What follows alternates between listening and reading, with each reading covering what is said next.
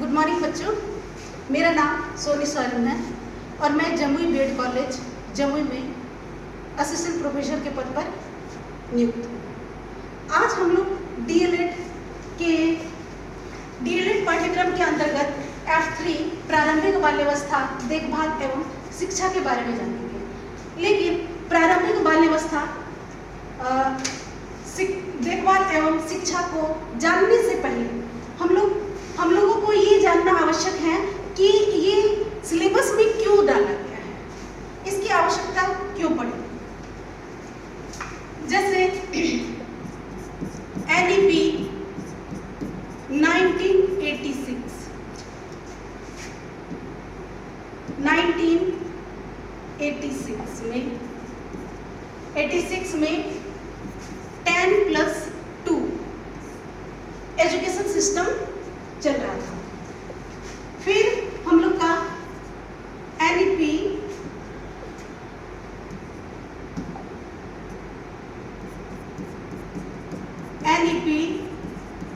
2020 में 5+3+3+4 education system प्रारंभ हुआ। पहले जो शिक्षा व्यवस्था थी वो 6 वर्ष से शुरू होती थी और अभी का जो शिक्षा व्यवस्था है ये 3 वर्ष से शुरू हो रही है।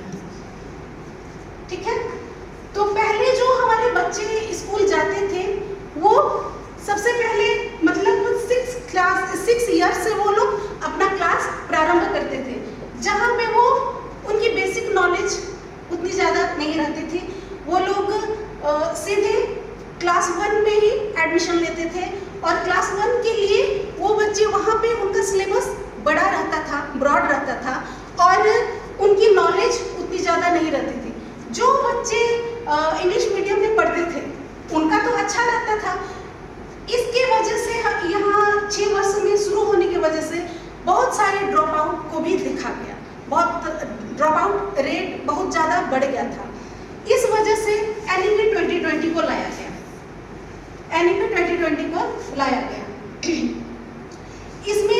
इसमें बहुत सारे ये पाठ्यक्रम के दरमियान बहुत सारी ऐसी शोध हुई, बहुत सारी ऐसी सर्वे हुई जिससे पता चला कि यहाँ पे ड्रॉप आउट रेशियो बहुत ज़्यादा था 8 क्लास से लेकर 9-10 क्लास तक।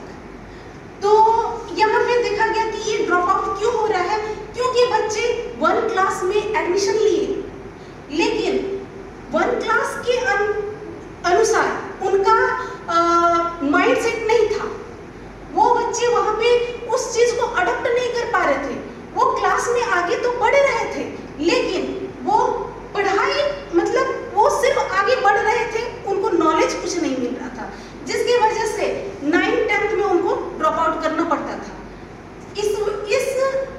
इस समस्या को देख करके यहाँ पे NEP 2020 लाया गया, जिसे 10+2 को ही यहाँ पे बांटा गया है 5+3+3+4 में, जहाँ पे 5 पहला जो 5 साल है, पहला 5 साल में 2 साल एलिमेंट्री का स्टेज होता है।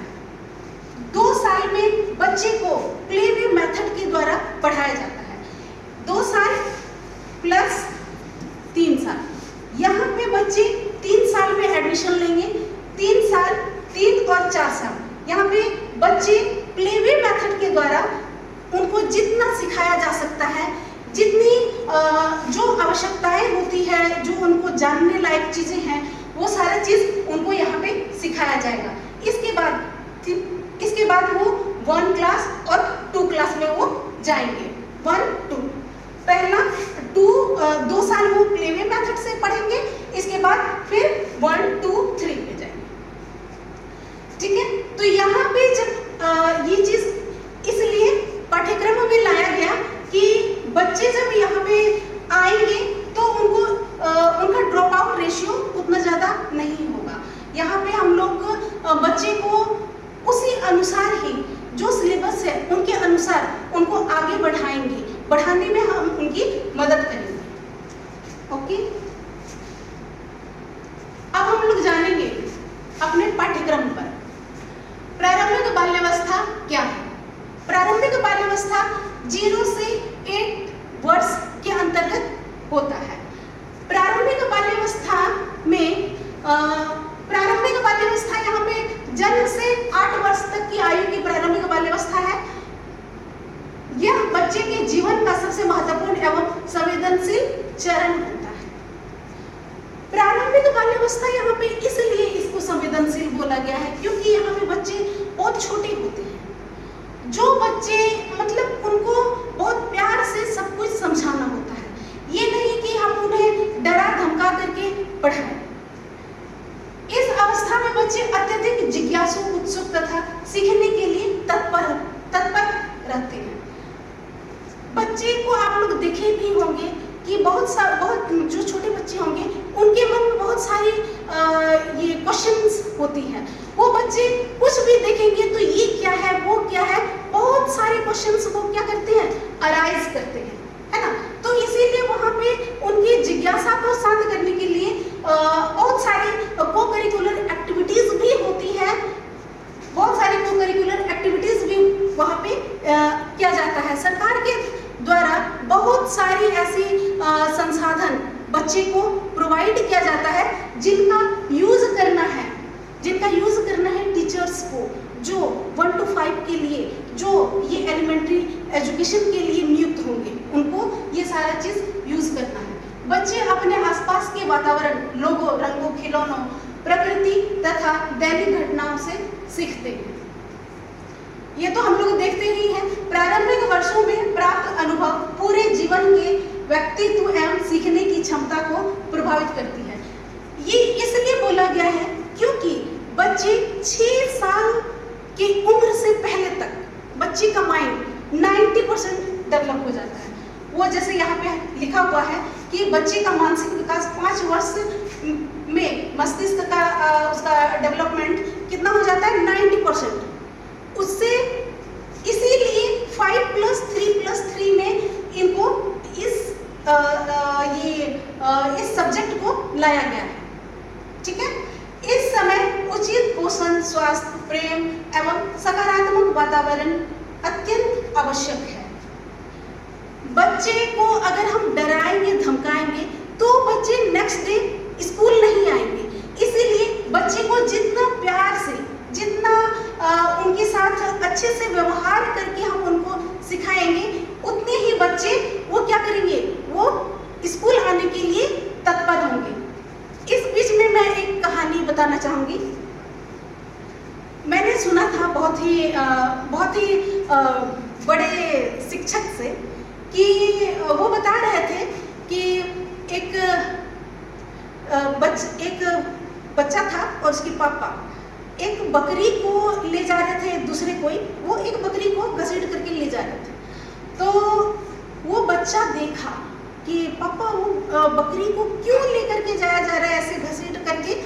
तो फिर वो बच्चा उसके पापा बोले कि नहीं, उसको वहाँ पे लेकर के जा रहे हैं, उसका ये होगा, उसको बेचने के लिए लेकर के जा रहे हैं। वो बच्चा बोला अरे हमको तो डर लगा, हमको लगा कि स्कूल लेकर के जा रहा है। तो ये चीज था कि मतलब बच्चे को ये इस चीज के लिए भी प्रिपेयर करना है कि स्कूल में ऐसी मानसिक कोई भी प्रताड़ना नहीं दी जाएगी, है ना। उनको मानसिक रूप से बहुत ही अच्छे और मतलब सकारात्मक वातावरण और भावनात्मक रूप से सभी से हम लोग क्या करेंगे, उनको जोड़ करके रखना होगा, तभी वो बच्चे क्या करेंगे, स्कूल आएंगे। इस अवधि में सीखने की क्षमता सबसे अधिक होती है। इस टाइम पे बच्चे का माइंड क्या होता है, वो खाली घड़ा के समान होता है, जिसमें उसमें ये जो क्षमता है, सीखने की जो क्षमता है, वो क्या होती है, बहुत ज्यादा होती है। वो कुछ भी चीज बच्चे अनुसरण करके बहुत ज्यादा सीखते हैं। तो इस चीज का यहाँ पे हम लोग यूज कर सकते हैं, ठीक है। ECC का अर्थ केवल शिक्षा देना नहीं, बल्कि शारीरिक देखभाल, पोषण, स्वास्थ्य, भावनात्मक सुरक्षा, खेल आधारित शिक्षा, संपूर्ण विकास, इन सभी का समन्वित विकास करना है। ओवरऑल हम लोग बोल सकते हैं कि बच्चे का वहां पे क्या करना है, ऑल राउंड डेवलपमेंट, है ना। हम लोगों को बच्चे का ऑल राउंड डेवलपमेंट करना है। यहाँ पे सरकार के द्वारा बहुत बहुत सारी ऐसी स्कीमें चल रही हैं जो बच्चे को क्या करती है, वो प्रोवाइड करती है। खेल के माध्यम से जो बच्चे को पढ़ाना है वो सारी चीज़ें वहाँ पे उपलब्ध होती हैं। बच्चे को खिलाना है, पोषण, स्वास्थ्य, ये सारा चीज़ सरकार प्रोवाइड करती है। इन सब चीज़ों को क्या करना है, वहाँ पे यूज करना है, ठीक है। इसलिए ये सारी चीज़ें हैं। ईसीसी क्यों आवश्यक है? बच्चे के सर्वांगीण विकास के लिए, है ना। हम लोग अगर बच्चे के सर्वांगीण विकास के लिए ये सारा चीज़, सर्वांगीण विकास मतलब ओवरऑल डेवलपमेंट, सब चीज़ शारीरिक रूप से, भावनात्मक रूप से, है ना, सब चीज से उनको क्या करना है, और संज्ञानात्मक रूप से वो, और सामाजिक रूप से, है ना, सारे ओवरऑल डेवलपमेंट को ही, इसी को ही ओवरऑल डेवलपमेंट बोलते हैं। सीखने की प्राकृतिक क्षमता को बढ़ाने के लिए, है ना। यहाँ पे ECCE मतलब early childhood care and education. इसमें बोला गया है कि प्राकृतिक क्षमता को बढ़ाना है। बच्चे की प्राकृतिक क्षमता को हम लोग कैसे बढ़ा सकते हैं कि बच्चे खुद से वो सीखे, सीखने के लिए वो क्या हो, तत्पर हो, खुद से। हम लोगों को उसमें मतलब एफर्ट नहीं लगाना है, वो बच्चे उसके लिए क्या हो, वो सारी मतलब वो तत्पर हो, ठीक है। विद्यालय के लिए तैयार करने हेतु, विद्यालय के लिए तैयार करने हेतु इसलिए बोला गया है क्योंकि यहाँ पे क्या है, ये प्रारंभिक बाल्यावस्था है। यहाँ पे बच्चे विद्यालय में नहीं पहुँचे हैं। हम पहला 5 वर्ष, पहला जो 5 वर्ष होता है उसमें यहाँ पे बच्चे को वो सारा चीज सिखाना है जो विद्यालय में आवश्यक है। पहले जो हम लोग देखे थे 10+2, 10+2 में क्या था, बच्चे 6 साल में 1 क्लास में जा रहे थे। यहाँ पे हमको क्या करना है, वो 1 क्लास में जाने से पहले हमें उन्हें बताना है कि वहाँ पे क्या क्या पढ़ना है। उस चीज के लिए हमें तैयार करना है बच्चे को। जैसे कि क्या है, FLN, है ना। FLN के माध्यम से आवश्यक वो जो जानकारी है, संख्यात्मक जानकारी, वो बताना है बच्चे को। मानसिक तौर पर कैसे FLN का जानकारी तो उनको देना ही है। इसके बाद वो बच्चे कैसे पढ़ेंगे, कैसे उस चीज को यूज कर सकते हैं। जैसे यहाँ पे क्या है कि पहला जो 5 साल में से 2 साल में हम लोग जो प्ले वे मेथड में पढ़ाएंगे बच्चे को, ये प्रारंभिक बाल्यावस्था के अंतर्गत आता है ना। तो ये चीज जो है, तो उसमें हम लोग बच्चे को खेल के माध्यम से सिखाएंगे। बहुत सारी चीजें हैं जो जैसे 1-2 जो प्लास्टिक का जो बना हुआ रहता है, 1-2 क ख, है ना। तो ये सारा चीज हमको सिखाना है पहले 1 ईयर में। इसके बाद दूसरे साल में उनको मात्राएं सिखाएंगे। इसके बाद फिर कैसे वो सेंटेंस बनाएंगे, सेंटेंस बनाना सिखाएंगे। और ये सारा चीज अगर वो बच्चे सेंटेंस बनाना सीख जाते हैं, मैथ सॉल्व करना सीख जाते हैं, 1-2 उनको किसी तरह का कोई दिक्कत नहीं है। पहले 5 साल में हमें यही चीज ही सिखाना है। इसके बाद बच्चे आगे जाएंगे, आगे के क्लास में उन्हें किसी तरह का कोई परेशानी नहीं होगा, कोई दिक्कत नहीं होगी, है ना। तो इसीलिए यहाँ पे विद्यालय के लिए तैयार करना इसी के संदर्भ में बोला गया है। आत्मविश्वास एवं सामाजिक व्यवहार विकसित करने के लिए बच्चे में आत्मविश्वास और सामाजिक व्यवहार को कैसे हम लोग विकसित कर सकते हैं कि जैसे यहाँ पे आत्मविश्वास को हम लोग कैसे कर सकते हैं कि जैसे कोई भी चीज को कर रहे हैं बच्चे, कोई भी चीज जैसे कुछ भी वो करके दिखा रहे हैं, या फिर कोई भी हम उनको वर्क दिए, कोई भी प्रोजेक्ट दिए, अगर वो बच्चे बना करके दिखा रहे हैं तो हमें उन्हें क्या करना है, अप्रिशिएट करना है। इससे क्या होगा कि उनके आत्मविश्वास में वृद्धि होगी। और उनको सामाजिक व्यवहार कैसे प्रदान करना है, सामाजिक कैसे बनाना है, तो बच्चे को एक साथ, जैसे कोई भी प्रोजेक्ट कार्य दे रहे हैं तो उनको एक साथ बोलेंगे क्या कि आप लोग ग्रुप में ये काम कीजिए, है ना। तो वहाँ पे क्या होगा कि बच्चे क्या करेंगे, एक दूसरे के बारे में सुनेंगे और सुनाने की भी वो कला उनमें आएगी। तो वो क्या होंगे, और बच्चे को फिर हम लोग क्या कर सकते हैं, शेयर इज केयर, ये भी हम लोग क्या कर सकते हैं, बच्चे को बता सकते हैं, है ना। इस तरीके से बच्चे क्या होंगे, सामाजिक होंगे।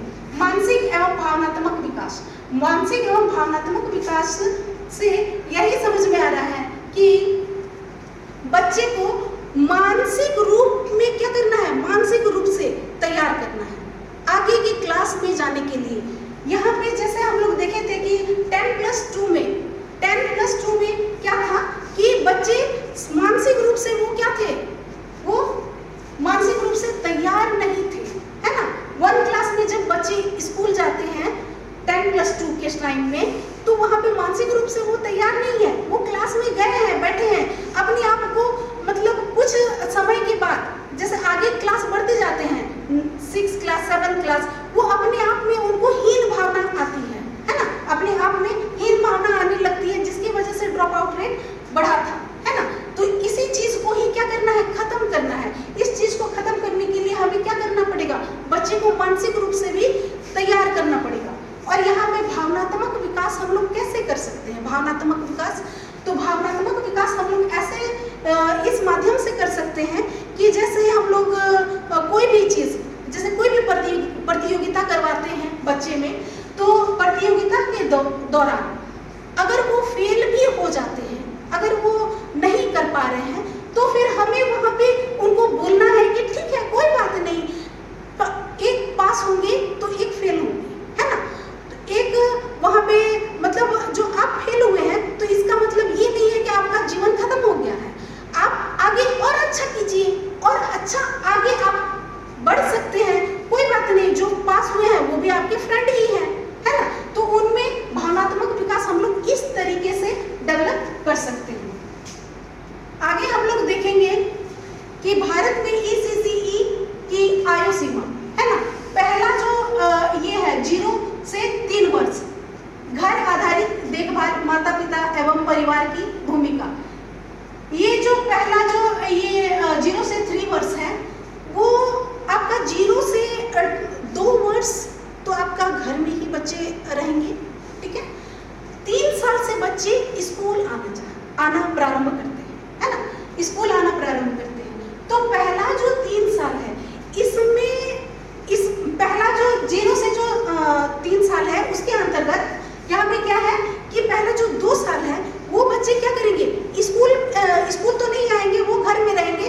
लेकिन इसमें क्या था, आंगनबाड़ी के माध्यम से यहाँ पे बच्चे का पोषण भी होता है ना। तो ये चीज को वहाँ पे जोड़ा गया है, ठीक है। और यहाँ पे माता पिता की भी भूमिका बहुत ज्यादा आवश्यक है। किसी भी बच्चे के डेवलपमेंट में शिक्षक और माता पिता दोनों का भावनात्मक रूप से जुड़ाव होना बहुत आवश्यक होता है, तभी वो बच्चे क्या करते हैं, सक्सेस होते हैं, ठीक है। तो ये चीज यहाँ पे माता पिता की भी भूमिका होती है। 3 से 6 वर्ष में बच्चे स्कूल में जाते हैं, है ना। 3 वर्ष में बच्चे स्कूल में जाएंगे, आंगनबाड़ी, प्री स्कूल, किंडरगार्टन, है ना। तो यहाँ पे ये जो आंगनबाड़ी है, तो आंगनबाड़ी को का नाम बदल करके बालवाड़ी भी किया गया है ना। तो ये जो पहला जो यहाँ पे बच्चे क्या कर रहे हैं, यहाँ पे स्कूल में प्रवेश कर रहे हैं, ठीक है।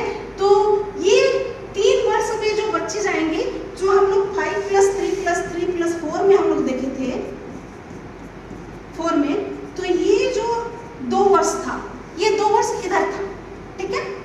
और ये इसके बाद जो 3 साल है, वो यहाँ पे आएगा, ठीक है, वो यहाँ पे आएगा। वो जो 1 2 3, ठीक है, 1 2 3, यहाँ पे क्या हो जाएगा, 4 5 6, यहाँ पे हो जाएगा 7 8 9 10।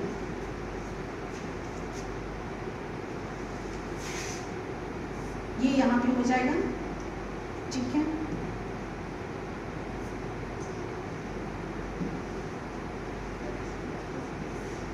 ठीक है, और ये जो है यहाँ पे 9 10 11 12, है ना। यहाँ पे कोई बात नहीं, कोई बात नहीं,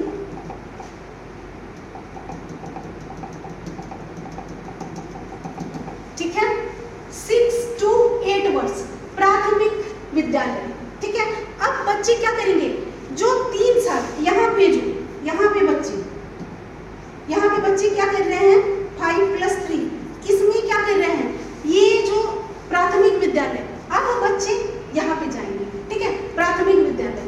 अब प्राथमिक विद्यालय में बच्चे क्या करेंगे, खेल आधारित प्रारंभिक शिक्षा, ठीक है, खेल आधारित प्रारंभिक शिक्षा यहाँ पे शुरू होगी, ठीक है। यहाँ पे बच्चे भी क्या करेंगे, हम लोग खेल के माध्यम से ही बच्चे को क्या करना है, सिखाना है, ठीक है।